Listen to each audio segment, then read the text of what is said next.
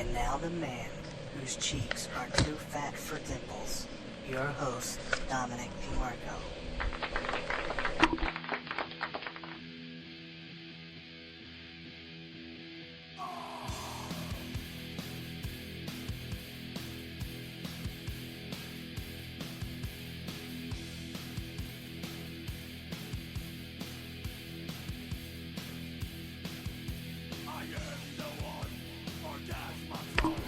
Hello, everybody.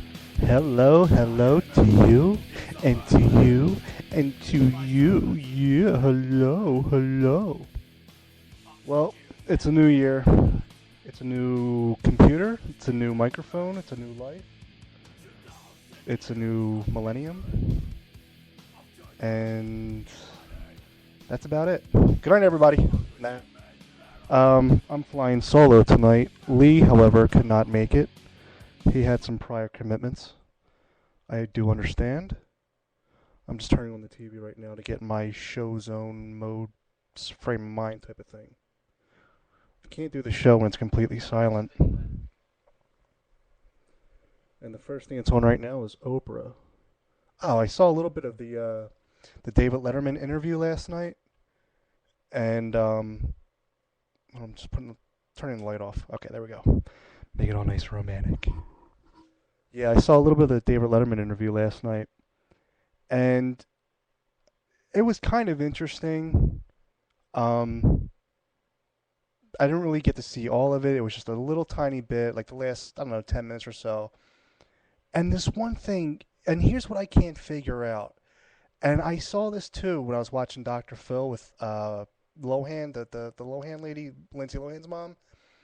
They're both sitting there, David Letterman and Dr. Phil, and they're doing the interviews, and they're perfectly calm and everything, and they got their suits on, they're dressed really nice. I'm sure they smell good, and they're sitting there with their legs crossed, and they're doing the interview, and everything's happy, joy.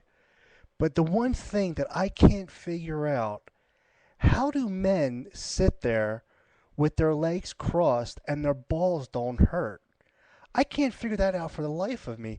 I tried crossing my legs many times. I used to work with people, and I'm talking about not just regular workers. I'm talking about ex-cons, guys that have been in jail for murder and bar brawls. I'm not kidding around. I'm being serious. I'm not exaggerating one bit. And some of them, when they do sit down, they cross their legs. And I'm not coming from the aspect of it's feminine or masculine or whatever. I don't care about that. And how do you not cross your nuts? I tried that a few times and it just hurts. And I tried spreading them out a little bit, my legs, or adjusting my testicles, or wearing underwear, not wearing underwear, boxer shorts, whatever. I can't do it. It hurts too much. Do I have big balls? Or am I so manly that I wasn't given with the gift of crossing legs when you're sitting? I have no idea. But that just, no matter who I'm looking at when they're talking, even if it's in person, even if I go to a doctor and he says, Dominic, look, I'm sorry, but you have spinal cancer and you're not going to make it more than 6 months. If he's crossing his legs, that's all I'm paying attention to. How does this doctor's nuts not hurt? I don't get it, because your sack is between the legs, between the thighs. The thighs are the biggest part of the legs, and you really are squishing them. And Letterman, Dr. Phil, so forth and so on, it's comfortable for them, and I don't understand. Well, you know what? I can't even say that, because I was going to say the only thing I can come up with is that maybe because they're older and your sack hangs lower, maybe it's got something to do with the position or whatever. But the guys that I work with that cross their legs, they were in their 30s and 40s, and they were fine. So I don't know. As far as what Letterman was telling Oprah, I don't have a clue. I was just so hypnotized by the leg crossing, that's all I could focus on. So, but yeah, so what else is going on? Oh, I keep seeing this Weight Watchers commercial too with Jessica Simpson and the black chick. What's her name? Jennifer Lawrence or something like that. Um, Jennifer, or no, not Jennifer. What's her name? The other one I just said. The one with the sister, Simpson. Jessica Simpson keeps saying she has another kid, and I didn't know that. I just found that out through the commercial, which I don't really care anyway. But she slimmed down pretty good, and she's not bad on the eyes for having two kids. I mean, she's not as hot as she was years ago before the kids, but for having a kid and being pregnant again, she doesn't look that bad. But if you really look at her face, though, you can tell she kind of hit the wall a little bit. But that's understandable. She's what, mid 30s or something like that. Kid, another kid on the way. It happens. What are you gonna do?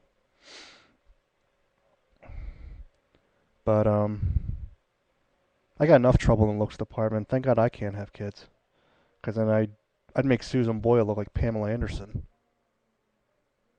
But que sera, sera.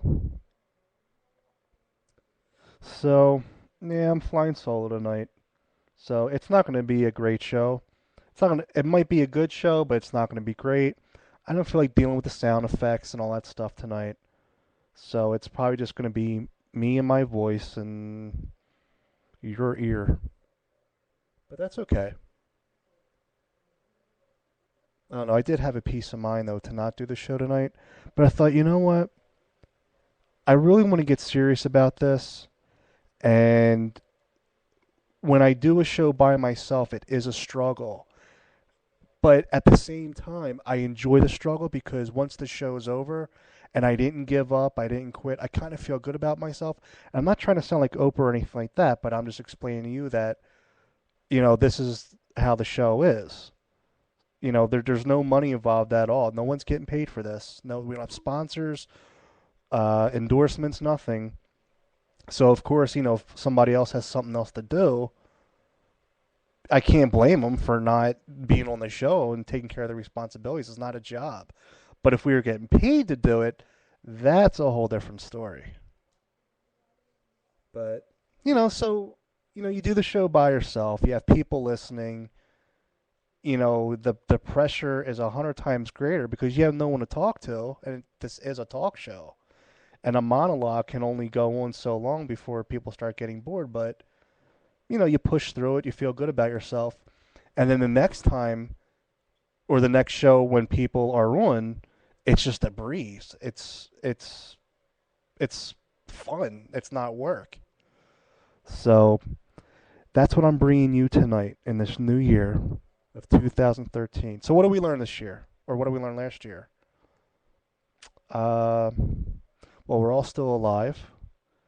So the last thing we should do is listen to the Mayans again. I wonder how they felt when what was it, December 21st, I think it was supposed to end?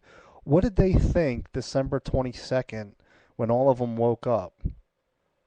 Did they just feel like the biggest jerk-offs in the world? Or do you think they were embarrassed that, wow, we've been preaching this stuff for centuries, and now here it is, and nothing happened?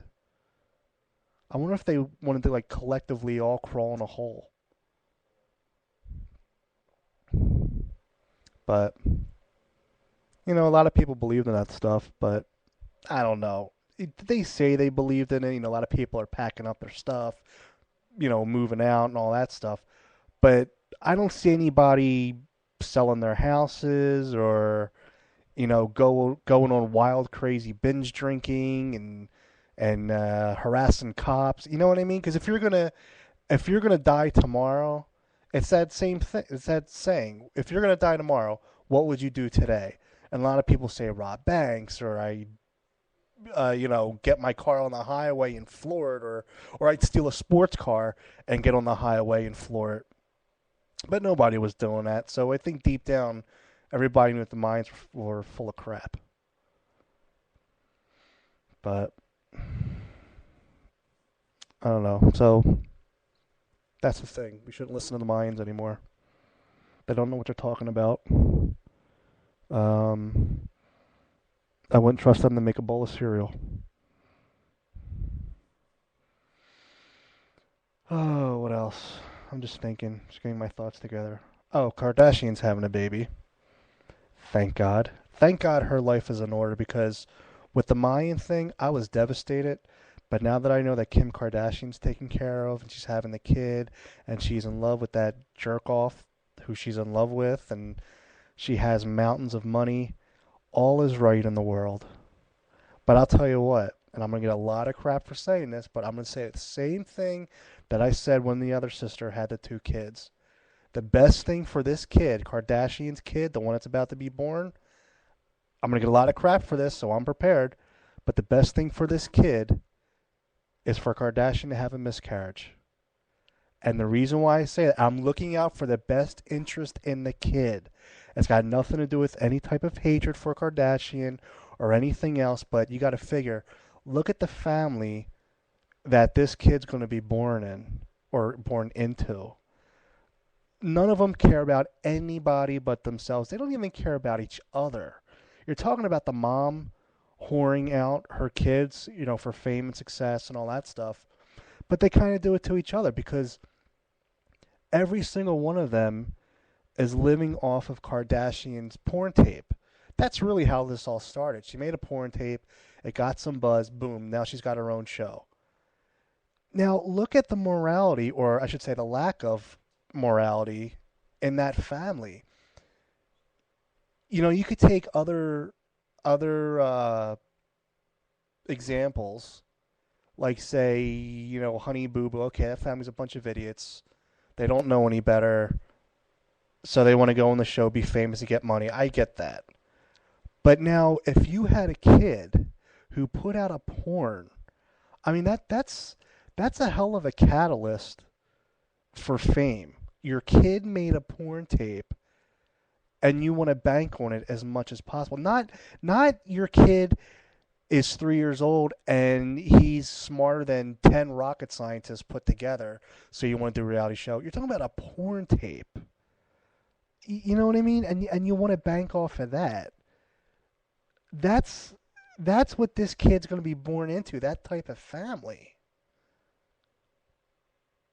It's where's child services when you need it?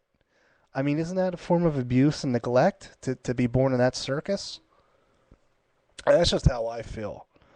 So I think the less Kardashians, the better.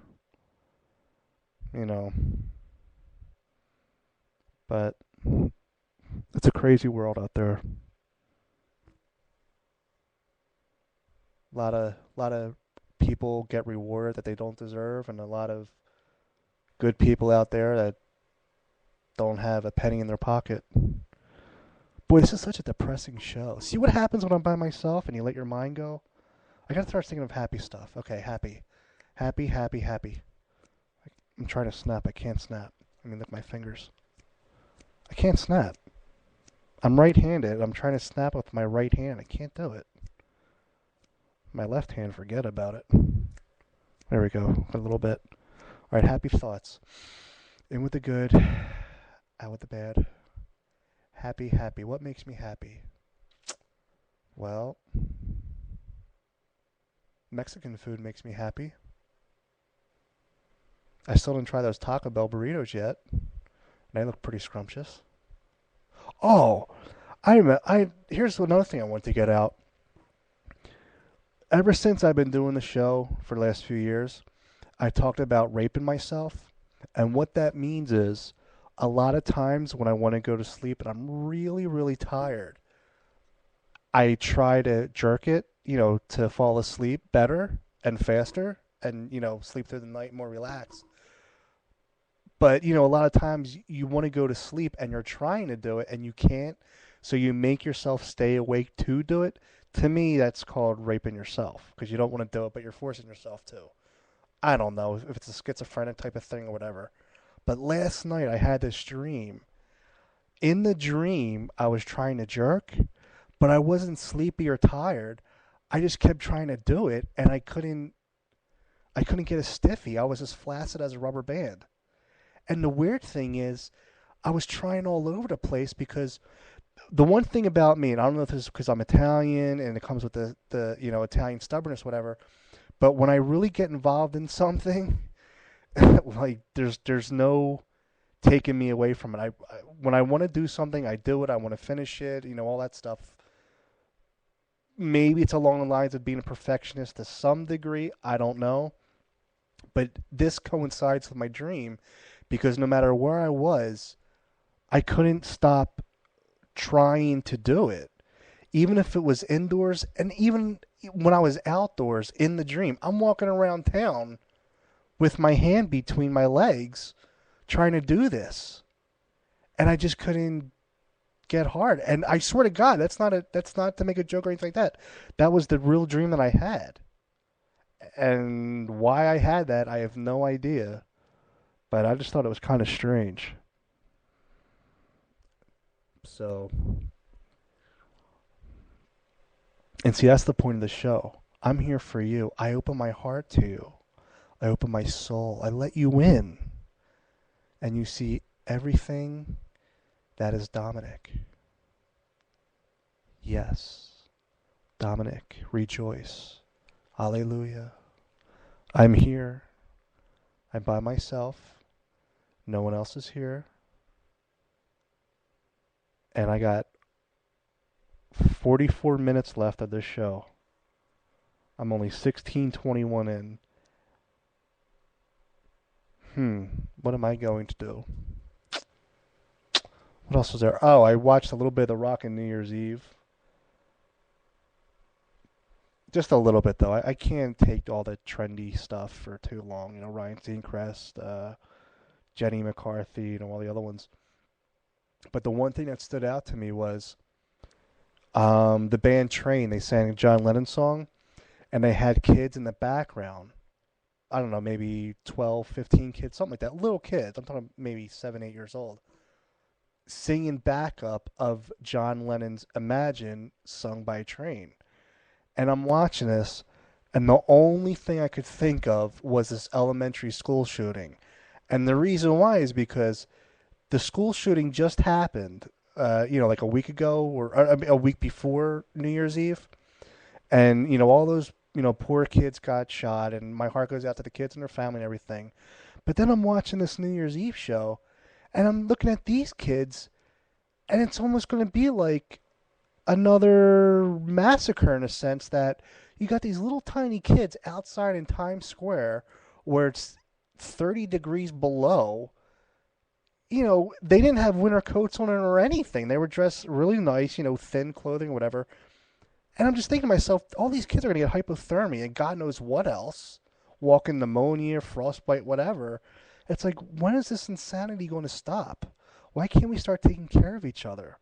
Why do we have to kill each other and maim each other? We got school shootings, we got movie theater shootings and college shootings, and now we got kids singing in Times Square New Year's Eve night, 30 below. It's got to stop. Ladies and gentlemen, it's got to stop. I plead. Is that the right word? I plead? Or what's the word? I employ you or something like that? We got to stop. We got to start taking care of each other. We are one. Listen, I believe the children are our future. Teach them well and let them lead the way. Show them all the beauty that's possessed inside. And if you can just give them a sense of pride, it'll make it easier. Let the children have laughter. And, all right, you know what? I don't feel like going through the whole song, but it's a Whitney Houston song. That's another thing, too. Whitney Houston died. I feel bad, blah, blah, blah. I got to say it to be PC. But now that she's not here anymore, why do we have to treat her like she's a legend? That she's just, oh, it's such a tragedy. My point is that when she was alive, and for years while she was alive, she was the butt of every joke. But now that she's gone, I don't understand that whole mentality or concept when it comes to celebrities dying. We have to act a certain way when they're gone, but while they're still here, we can crack jokes. That's almost backwards to me. Shouldn't we? I mean, if we want to show appreciation to somebody, Shouldn't we do it while they're alive? Like funerals. If you know somebody's, on their way out, why not have a celebration of their life while they're still here and they can see it? Why do it when they're gone? Is it really for them or is it really for ourselves to make ourselves, feel good like, we're really doing something for them, we're celebrating their life, but we're really doing it for ourselves because, that person's not here. We can't, embrace their appreciation and everything that we're doing as far as a funeral goes. So why not have it here while they're alive still so they can enjoy it? Because a lot of people, you can kind of tell that, they're getting ready to check out. Could be what?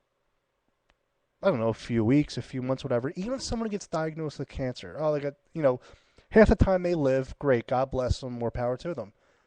But on the other hand, a lot of people don't make it through cancer. So if somebody comes home and says, oh, I went to the doctors today and I was diagnosed with cancer, right then and there, it's like, all right, well, let's have a celebration for life then. Even though it sounds kind of weird because you're having a party when the person got cancer, but it's not, you're not saying, we're throwing this in case you die. It's, we hope you live, but, stuff happens, so we're gonna celebrate your life while you can still see it. I don't know. I didn't go. My nana died. I didn't go to her funeral nor her wake. I didn't see the point of it. First of all, I was there when she passed away. I mean, I held her hand as she took her last breath and went across the Great Divide. Um, that I'd rather have that my last memory when she was holding my hand and everything, rather than see her laying in a coffin. And I don't mean to sound insensitive, I really don't, but I just don't know any other way to put it. Um, I'd rather have that my last memory of seeing her, is that I was in the hospital with her, or the whole family was, and she held my hand, and um, it was a really beautiful way of not saying goodbye because I don't believe in that, but saying see you later. We'll be together all, soon before you even know it. Rather than going to a church and, her body's there, but not her soul or anything. And, everything else that goes along with a funeral. That's just my thing. So, I don't know. It just sounds like people throw funerals for themselves so they can feel better, like they don't have to live with any kind of guilt or void or anything that they didn't show respect, as opposed to having it while the person was still alive, where they can actually go up to them and say, hey, you're a great person, yada yada yada, here's some pizza, you know? That's just how I feel. Why the hell did I start talking about funerals in the first place? I don't know. What else did I watch? Last night I watched a little bit of Django, or Django, D-Django, however the hell you pronounce it, I don't know. I watched a little bit of it, and that's kind of why I was hoping Lee would be on the show tonight, because Lee's black, and I want to see his feelings on Django, but he's got some other stuff to do, so maybe tomorrow night. But, what else did I do?